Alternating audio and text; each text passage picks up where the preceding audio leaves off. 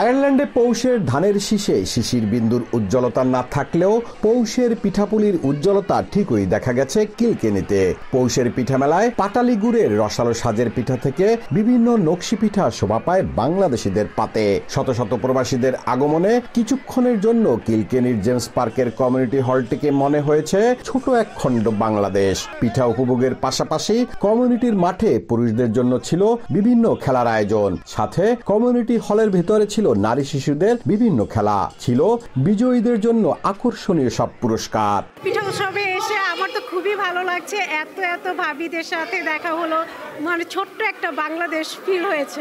তারা ইনশাল্লাহ সামনে আরো এই ধরনের কিছু অনুষ্ঠান করবো, যাতে আমাদের সন্তানেরা, আমাদের ভাইয়েরা, বোনেরা, ভাইয়েরা সবাই সব উৎসব অনুভব করতে পারে। প্রবাসের মাটিতে দেশকে অন্তরে ধারণ করে রাখতেই এমন আয়োজন, বললেন আয়োজকরা।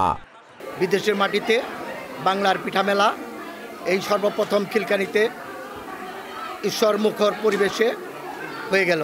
আমার তো মনে হচ্ছে আমি পুরো বাংলাদেশে আছি। আমি বিদেশের বাড়িতে এসে যে এত সুন্দর আয়োজন আমি চিন্তাই করতে পারিনি। আগামী বছর বিজয়ের মাসে আবারও নতুন কোনো আয়োজন নিয়ে হাজির হবেন বলে জানিয়েছেন আয়োজকরা।